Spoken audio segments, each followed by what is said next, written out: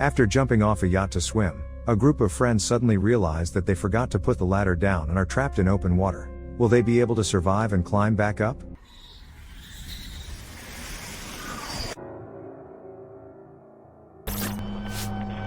The story introduces us to a group of best friends: Amy, her boyfriend Dan, Zach, and Lauren. They travel together, have fun, and film their adventures on camera. Noticeably tipsy, Dan picks up his camera and starts spinning around with it, which causes him to lose his balance and fall off a cliff. He gets out with minor bruises and returns to his terrified friends. 5 years pass. Amy, her husband James, and their little daughter Sarah go to Mexico City to celebrate Zach's 30th birthday on Dan's new yacht. On the way, they are overtaken by Zach and Lauren on a motorcycle. The whole company arrives at a yacht club where the yacht is parked. Amy is the only one of her friends who wears a life jacket and takes her time getting near the yacht. After Amy's father drowned while sailing together, she develops hydrophobia. With her husband's support, Amy overcomes herself and climbs up on deck. The friends look around the yacht and find Dan in the cabin in the arms of his next girlfriend, Michelle. The group hoists the sails and sets off. Zach and Lauren ask Dan how he could earn money for such a boat, but he guffaws and evades answering. Amy and James put their daughter to bed and leave a walkie-talkie in her cabin to hear when she wakes up. The party is in full swing. Friends are drinking, dancing, and having fun. Michelle offers the sun-warmed company a swim.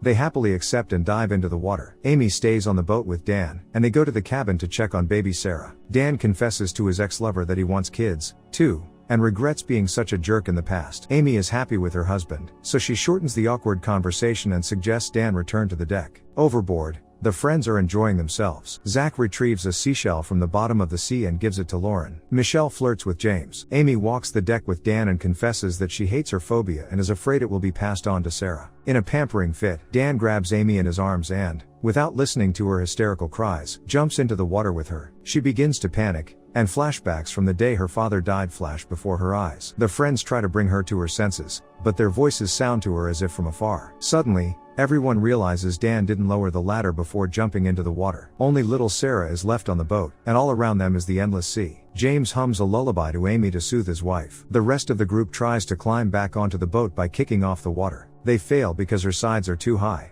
Michelle begins to panic. Tired and cold, she desperately clings to the inflatable dolphin. Dan asks her to borrow the dolphin so he can use it to climb onto the boat. These attempts also prove unsuccessful, as the toy dolphin is too slippery and quickly deflates under Dan's weight. The guys notice a flag waving on the stern, and Dan tries to grab hold of it. He manages to do it on his third try, but the flag is unstable and won't hold him. Amy comes to her senses, and everyone takes a breath to think about what to do next. Michelle is hysterical again. She thinks a shark is swimming underneath them. Dan dives underwater but finds no one there. Despite this, they realize it's only a matter of time before the predators appear. Everyone starts to pounce on Dan and blame him for what is happening. He realizes he screwed up but can't find a way out of the situation. Amy tearfully says they must find a way out because Sarah is left upstairs alone. Michelle continues to lose her mind. Due to fatigue, she begins to drown and tries to take the life jacket away from Amy. They push her away from Amy, and she starts having a nervous breakdown. Lauren puts her on her back to calm Michelle down and reads a prayer aloud. The group spends some more time in the blazing sun. They run out of energy and are thirsty. Suddenly, somewhere near the boat, they hear a cell phone ringing. The sound comes from Zach's dangling jacket. Dan manages to throw the jacket down, and Zach answers the call, but because the phone is soaking wet, they don't have time to pass anything on. In complete distraught, Michelle snatches the phone out of Zach's hands, and it falls into the water, depriving them of an opportunity to try to reconnect. Dan suggests a new rescue idea: take off all their belongings and tie a rope from them to throw it on board. At this point, the guys notice a boat rushing past them at high speed. The friends desperately try to signal the passengers, but they don't understand the guys' plight and wave their hands in response as they pass by. They have to go back to Dan's plan. Using the knife they found in Zach's jacket, they cut the clothes into pieces and knit a rope from them. James asks Dan if it is possible to get to the boat from below, but he doesn't know. So he checks the boat himself and, taking the knife from his friends, dives under the water. Meanwhile, the group manages to throw a homemade rope on board, and now Zach tries to use it to climb up.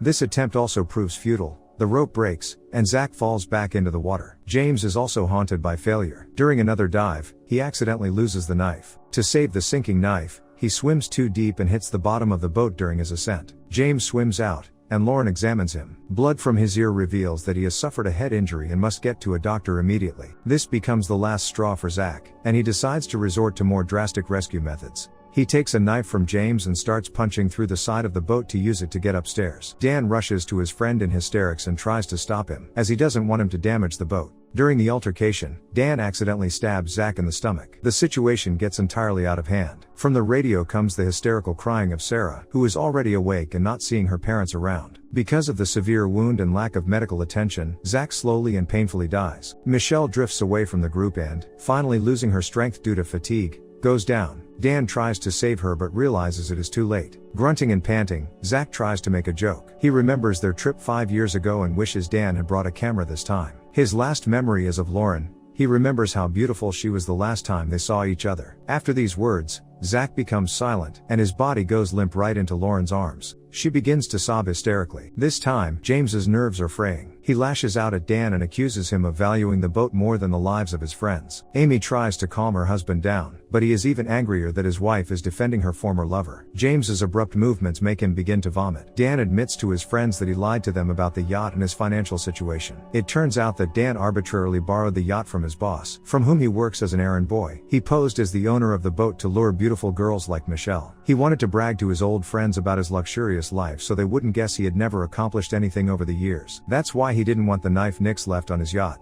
Now, his best friend is dead. From the realization of what he had done, Dan begins to cry. Lauren confesses that she was in love with Zach but never got around to telling him. Amy convinces her friend to let his dead body go. Several more hours pass in the open sea. Exhausted, everyone keeps their balance on the water and recalls moments from their lives. James' condition grows worse, and he begins to rant. Lauren, unable to stand the inactivity, says goodbye to her friends and swims away, hoping to get to shore and call for help.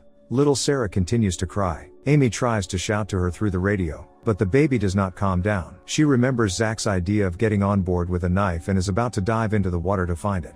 Dan stops her and goes underwater himself to make it up to his comrades somehow. It's getting dark. Amy is left alone on the water with James. He periodically passes out and tells his beloved that he is tired and has a headache. It starts to rain, and James dies quietly. Amy screams, distraught at the pain of losing her beloved. Dan hears her cries, but he continues to dive into the water to find the knife to save them. Night falls. Finally accepting her husband's death, Amy releases his body. As she says goodbye, she hums the lullaby they sang to her daughter together before bedtime. Dan emerges from the water, screaming in pain. His arm is cramped, and Amy shares her vest with him to help him swim to the boat. Meanwhile, the storm intensifies, and the chances of survival in such conditions are incredibly slim. Dan, feeling helpless, slams his goggles into the stern of the boat with all his might. The goggles shatter, and all that's left is the glass, which hurts his hand. That's when he gets an idea of how to use the glass to save himself. Dan pushes the glass into the gap between the board and the folding gangway and holds onto it with his hand. He calls out to Amy, who, using Dan's hand as a stepping stone, tries to climb aboard the boat. She tries to grab hold of the board, but the heavy rain makes her hand slip, and she falls into the water. Dan asks her not to give up and try again. She gets on his shoulders and tries to climb up again. Dan struggles to hold on to the sharp shard of glass, screaming in pain every time Amy steps on his arm. Amy's hand slips again, and she falls. Gathering all her remaining strength, she makes another attempt and finally manages to cling to the side and climb to the deck. Overwhelmed with emotion, Dan laughs and shouts for joy. Amy lowers the gangway and immediately runs into the cabin to her sobbing daughter. Dan clings to the gangway but stops. He is faced with a choice: to follow his friend and save himself, or accept punishment for what happened to his friends through his fault. Taking Sarah in her arms, Amy soothes the little girl and lies down next to her, glad that the nightmare they experienced is over. Moments later, she realizes that Dan never came aboard. She walks out on the deck and sees a life jacket bobbing lonely on the water. In the distance, Amy notices Dan's motionless silhouette. She unsuccessfully tries to shout out and get the life jacket to him. She realizes that her guilt made Dan decide to drown himself. Amy recalls the same way her father drowned in front of her when she was a child. To prevent another tragedy, Amy overcomes her phobia and swims after Dan. He goes down, but Amy tries to pick him up. Frames of what's happening are intertwined with what happened in her past. Back then, little Amy was also trying to save her father. It is morning. A fishing boat approaches the yacht. The fisherman swims around the empty vessel and tries to shout to the passengers. After hearing no answer, the fishing boat sails away. Sarah wakes up in the cabin and begins to cry. At the end of the story, we see Amy standing on deck, looking out into the distance. Dan lies at her feet unconscious, whom she managed to save. The fishing boat is no longer in sight. Only the sounds of the engine can be heard in the distance. But she has survived and can now return home.